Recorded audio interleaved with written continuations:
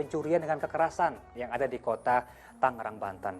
Jadi pemirsa, ada seorang anak yang sedang asik bermain telepon genggam di pinggir jalan dekat rumahnya. Tiba-tiba dihampiri seorang pria yang langsung mengambil secara paksa HP korban lalu kabur menggunakan sepeda motor. Tersangka dibekuk saat akan menjual hasil kejahatannya di sebuah gerai. Polisi menangkap seorang pria yang diduga merampas telepon genggam milik seorang bocah di kawasan Cipondoh, Tangerang, Banten. Tersangka ditangkap ketika hendak menjual telepon hasil kejahatannya di sebuah gerai telepon tak jauh dari rumahnya.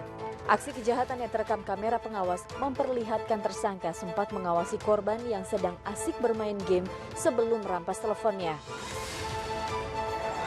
Kemudian tiba-tiba datang diduga pelaku saat itu, dia sambil mengawasi, lihat kiri kanan, kemudian ada kesempatan pelaku turun dari sepeda motornya, kemudian mengambil, kemudian dia membawa kabur naik ke kendaraannya. Atas perbuatannya, tersangka terancam pidana maksimal 5 tahun penjara karena dugaan perampasan barang milik orang lain.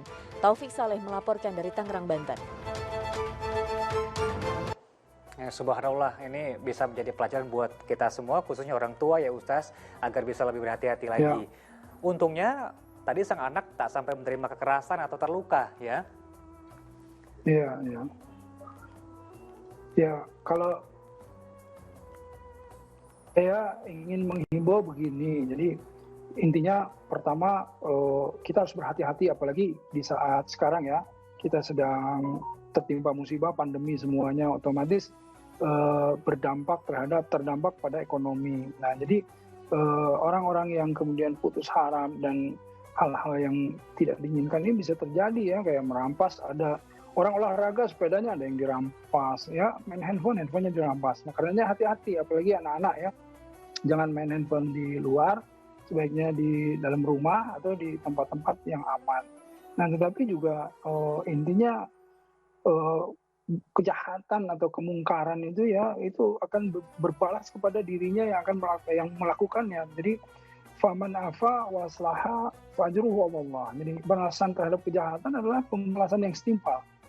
Jadi intinya sebetulnya kalau seseorang itu melakukan kejahatan, keburukan, dia sebetulnya sedang menimpakan keburukan itu kepada dirinya sendiri balasannya. Ya. Jadi intinya ke sana.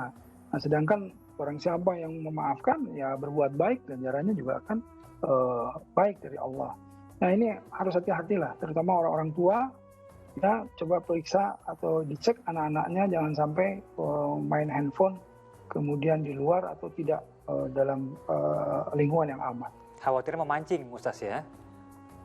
Betul, memancing gitu. Apalagi saat sekarang kan semua orang sedang dalam masa ini ya, tertimpa musibah, jadi terdampak ke masalah ekonomi.